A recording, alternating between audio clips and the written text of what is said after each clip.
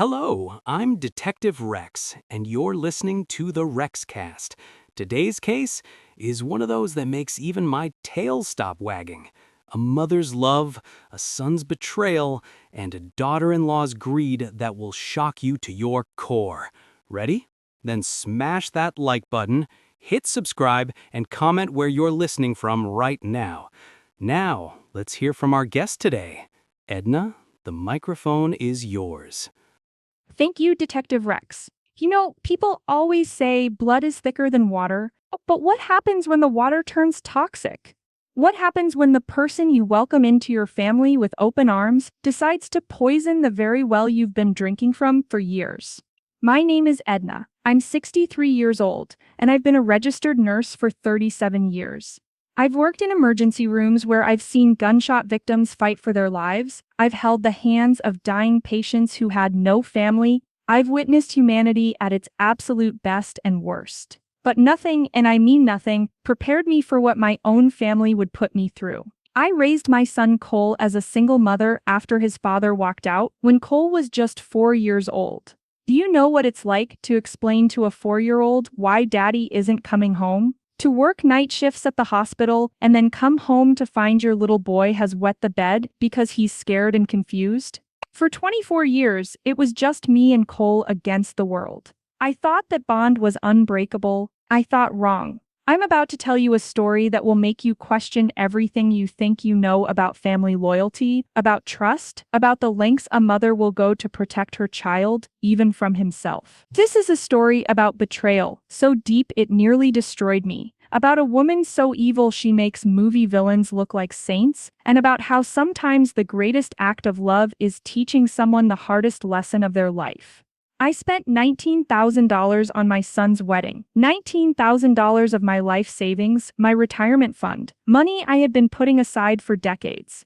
Let me paint you a picture of what that money meant to me. For 30 years, I worked double shifts at the hospital, sometimes pulling 16-hour days just to save an extra $100. I remember working Christmas Eve, New Year's Eve, my own birthday, because holiday shifts paid time and a half.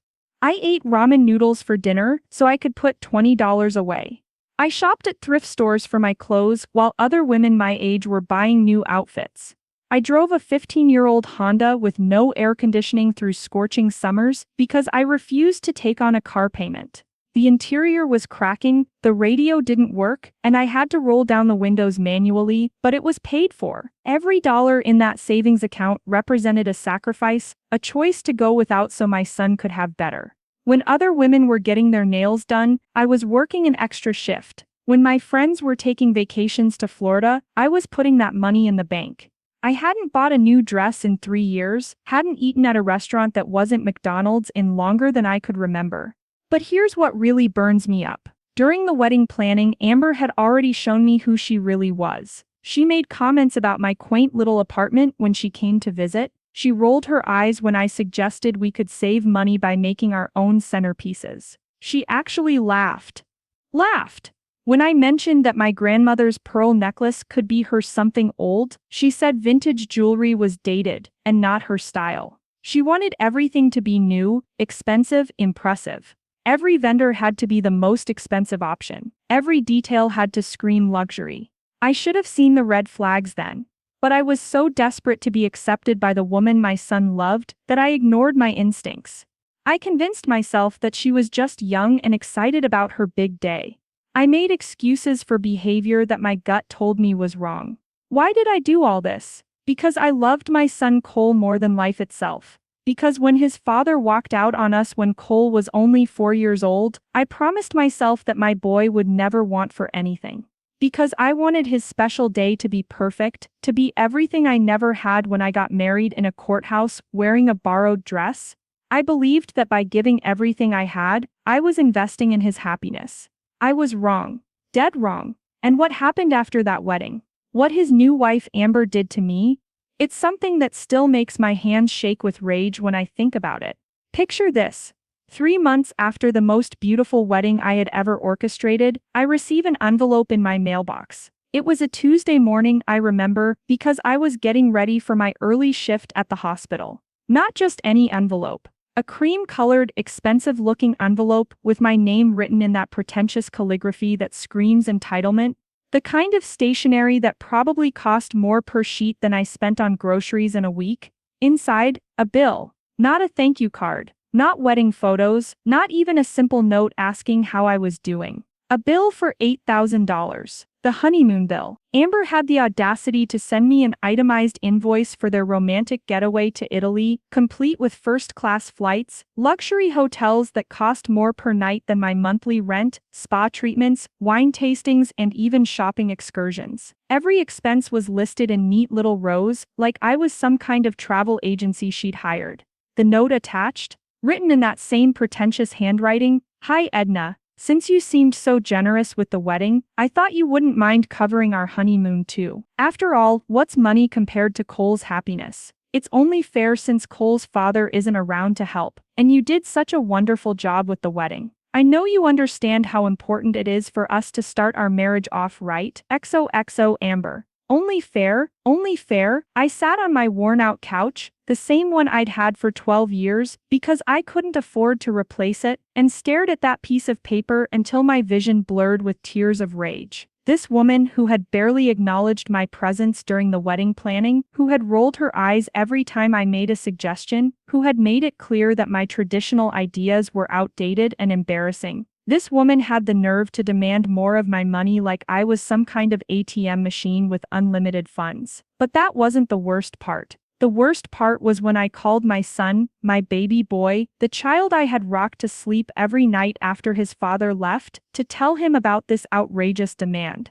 I expected shock. I expected outrage on my behalf. I expected him to be as horrified as I was by his wife's audacity. Instead, his response came without even a moment's hesitation. "Mom, just pay it. It's not that much money for you. Amber showed me your savings account statements from when you were helping with the wedding. You can afford it." My savings account statements? She had been going through my personal financial documents, and Cole was okay with this invasion of my privacy. Not that much money. I had to sit down on my kitchen floor because my legs wouldn't hold me up anymore. I had worked double shifts as a nurse for 30 years. I had skipped vacations, driven old cars until they literally wouldn't start anymore, lived in the same small one-bedroom apartment, eaten generic brand everything, also I could save money for Cole's future. I had sacrificed my entire adult life for this man's happiness, and now he was telling me $8,000 wasn't that much. I felt something break inside my chest that day. Something that had been holding my world together for 28 years. My son had chosen his wife over his mother.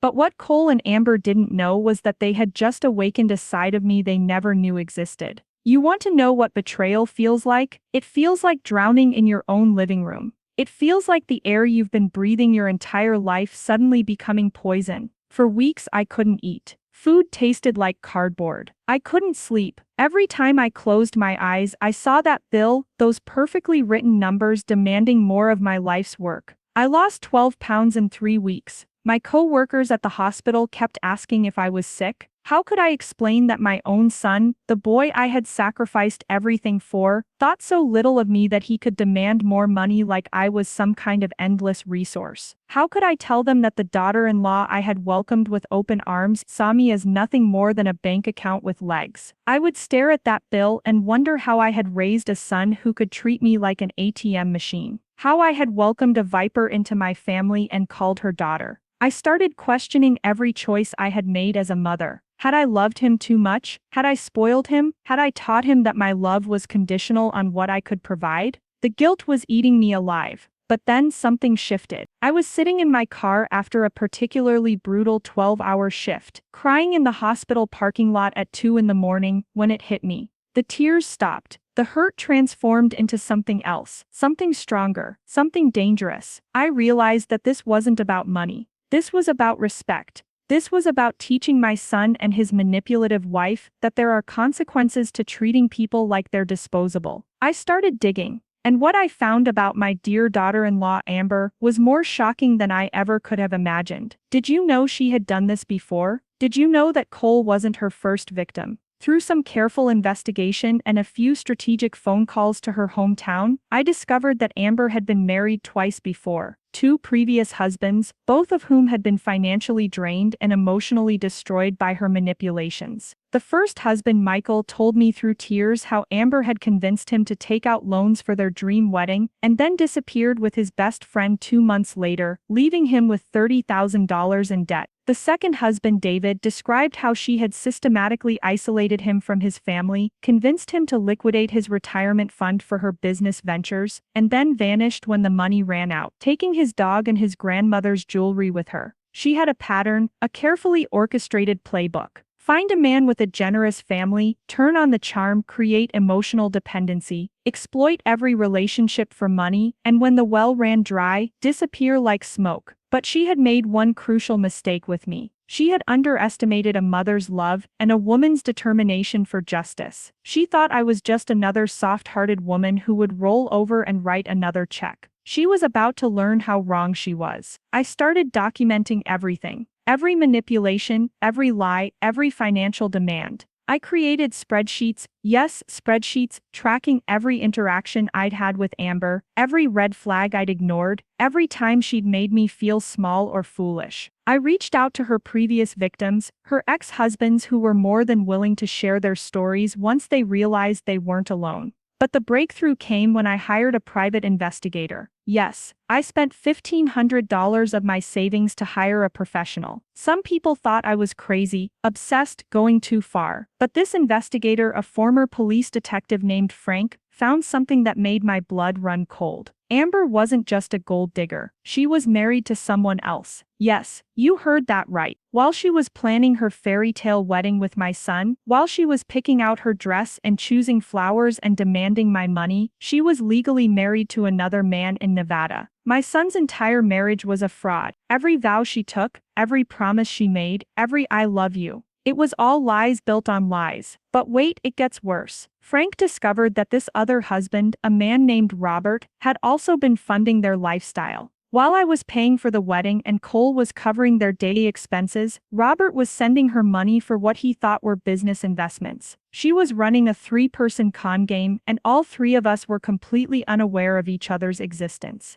The level of manipulation and deception was beyond anything I had ever imagined possible. But here's where the story takes a turn that even I didn't see coming. When I confronted Cole with this evidence, when I spread out the marriage certificate, the testimonies from her previous victims, the financial records that proved her deception, the private investigator's report, all across the kitchen table where I used to help him with his homework, he didn't thank me. He didn't apologize. He didn't even seem surprised. Instead, he looked at me with eyes I didn't recognize, cold, distant, almost hateful, and swept everything off the table with one angry motion. Documents scattered across my living room like confetti of broken dreams. He accused me of trying to sabotage his happiness. He said I was jealous of Amber because she was young and beautiful and successful, and I was old and alone and bitter. You never wanted me to be happy. He screamed at me.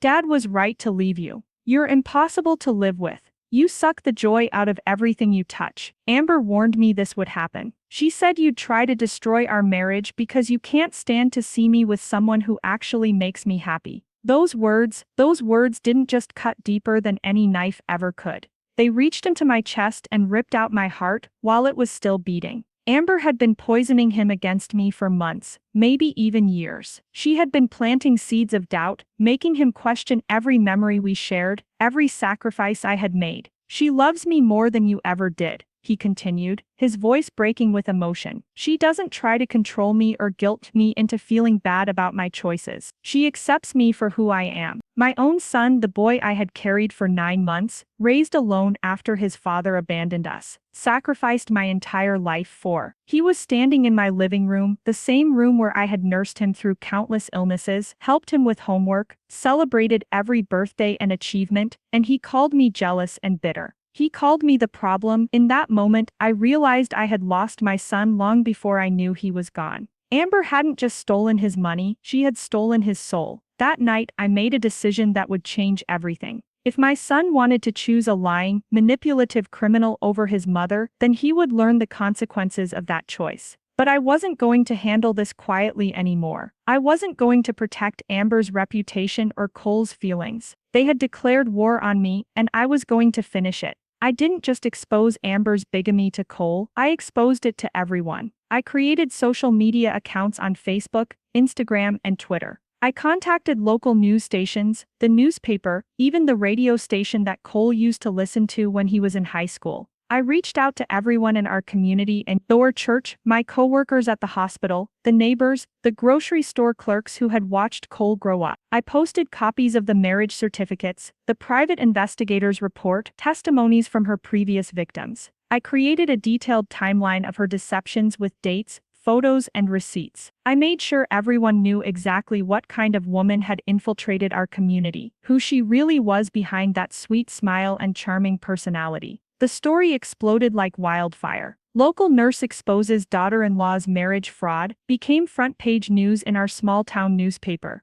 The local TV station did a 3-part investigative series. Social media users shared the story thousands of times. Amber's carefully constructed lies crumbled like a house of cards in a hurricane. But the fallout was immediate and brutal. Cole's phone started ringing off the hook. His coworkers were asking him about it. Strangers were approaching him on the street. The humiliation was complete and public, exactly as I intended it to be. If he wanted to choose her over me, then he could live with the consequences of that choice in front of the entire community. But the real justice came when the FBI got involved. It turns out that Amber's marriage fraud was just the tip of the iceberg. She had been running a sophisticated scam operation, using fake identities to defraud multiple families across several states. My investigation had uncovered a federal crime ring that had been operating for over 5 years. The FBI agent who contacted me, Agent Morrison, told me that they had been tracking similar cases, but could never get enough evidence to make arrests. The documentation I had gathered,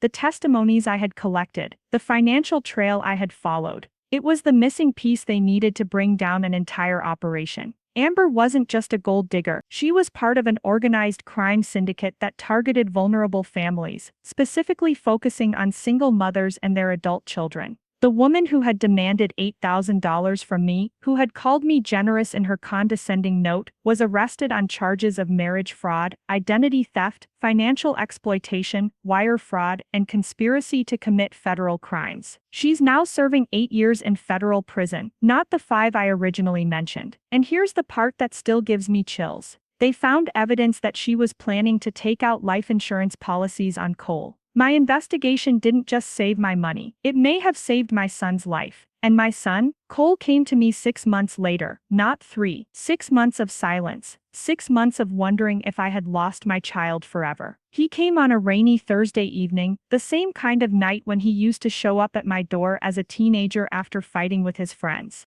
But this time, he wasn't a teenager. He was a broken man. Amber had emptied their joint bank account before her arrest. Over $40,000 that included his savings and a settlement from a work injury. She had maxed out credit cards in his name, forged his signature on loan applications, even sold his grandfather's vintage watch collection that I had given him for his 21st birthday. She had left him with nothing but debt, humiliation, and the crushing realization that everything I had tried to warn him about was true. He stood in my doorway, soaking wet from the rain, because he'd been walking for hours, working up the courage to face me. This man who used to fill every room with his laughter now looked smaller than the little boy who used to run to me when he fell off his bike. And he cried, not just tears but the kind of sobbing that comes from a place so deep it shakes your entire body. He cried for the mother he had betrayed, for the woman he had trusted, for the life he had destroyed with his choices. He begged for my forgiveness. He asked if he could come home, if there was any way to undo the damage he had done to us. Do you know what I told him? I told him that love isn't a bank account he can make withdrawals from whenever it's convenient. I told him that respect isn't optional in a relationship, even between mother and son. But I also told him that my door would always be open, because that's what real love looks like. Not the conditional, transactional love he had learned from Amber, but the unconditional, unbreakable love that only a mother can provide. Cole is living with me now. He's paying off the debts Amber left behind, working 2 jobs and slowly rebuilding his life. But more importantly, he's rebuilding our relationship. We talk now, really talk, about boundaries, about respect, about the difference between supporting someone you love and being taken advantage of by someone who doesn't deserve your love. He's learned that family isn't about what you can give, but about who will stand by you when everyone else walks away. And I've learned that sometimes, the greatest act of love is teaching someone the consequences of their choices, even when it breaks your heart to do it. But the healing process hasn't been easy. We go to family therapy now, every Thursday at 2 o'clock. Cole had to learn how to rebuild trust, how to recognize manipulation, how to understand the difference between love and control. I had to learn how to set boundaries, how to love someone without enabling their bad choices, how to forgive without forgetting. Some days are harder than others. Sometimes I catch him looking at me with guilt in his eyes, and I know he's remembering the things he said, the way he chose her over me.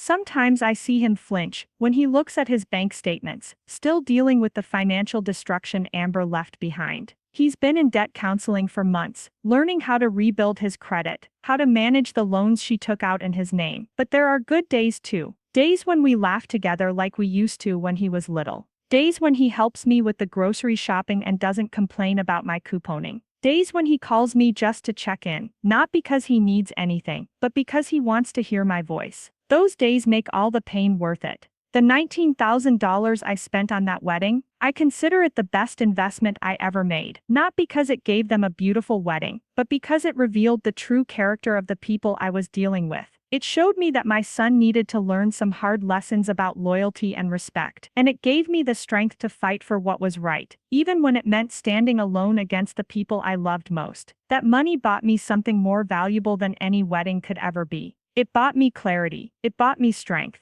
It bought me the knowledge that I could survive the worst kind of betrayal and come out stronger on the other side. It bought me a son who finally understands the difference between love and manipulation, between family and transaction, between a woman who will stand by you through anything and someone who will disappear the moment the money runs out. Amber thought she could manipulate me because I was just a mother, just a woman who loved her son too much to fight back. She looked at my modest apartment, my old clothes, my willingness to sacrifice for family, and she saw weakness. She was wrong. Dead wrong. She learned that there's nothing more dangerous than a mother protecting her child, even when she has to protect him from himself. She learned that love doesn't make you weak. It makes you fierce. She learned that underestimating a mother's love is the kind of mistake you only make once. Justice isn't always served in courtrooms by judges in black robes. Sometimes it's served by ordinary people who refuse to be victims, who stand up and say enough is enough, who fight back with truth and determination and the kind of love that doesn't give up, even when it hurts. Sometimes justice looks like a 63-year-old nurse who decides that protecting her family is more important than keeping the peace. The moral of my story: never underestimate the power of a mother's love. Not the weak, enabling kind of love that says yes to everything, but the fierce, protective kind of love that says no when it needs to.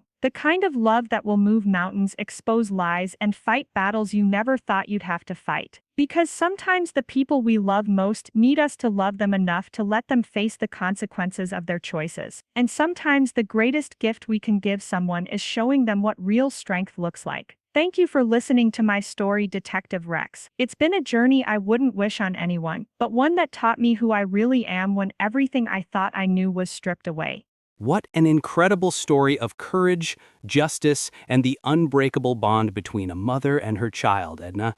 Thank you for sharing your truth with us today.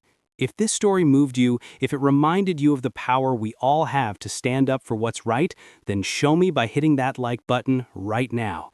Subscribe to this channel and ring that notification bell, because stories like Edna's need to be heard. Comment below and tell me, have you ever had to choose between keeping peace and fighting for justice? And here's what I need you to do next. Share this story with at least 5 people who need to hear it. Someone in your life needs to know they have the strength to fight back, just like Edna did. I'm Detective Rex. Until the next case on our podcast, and stay tuned for 2 more incredible cases coming up next.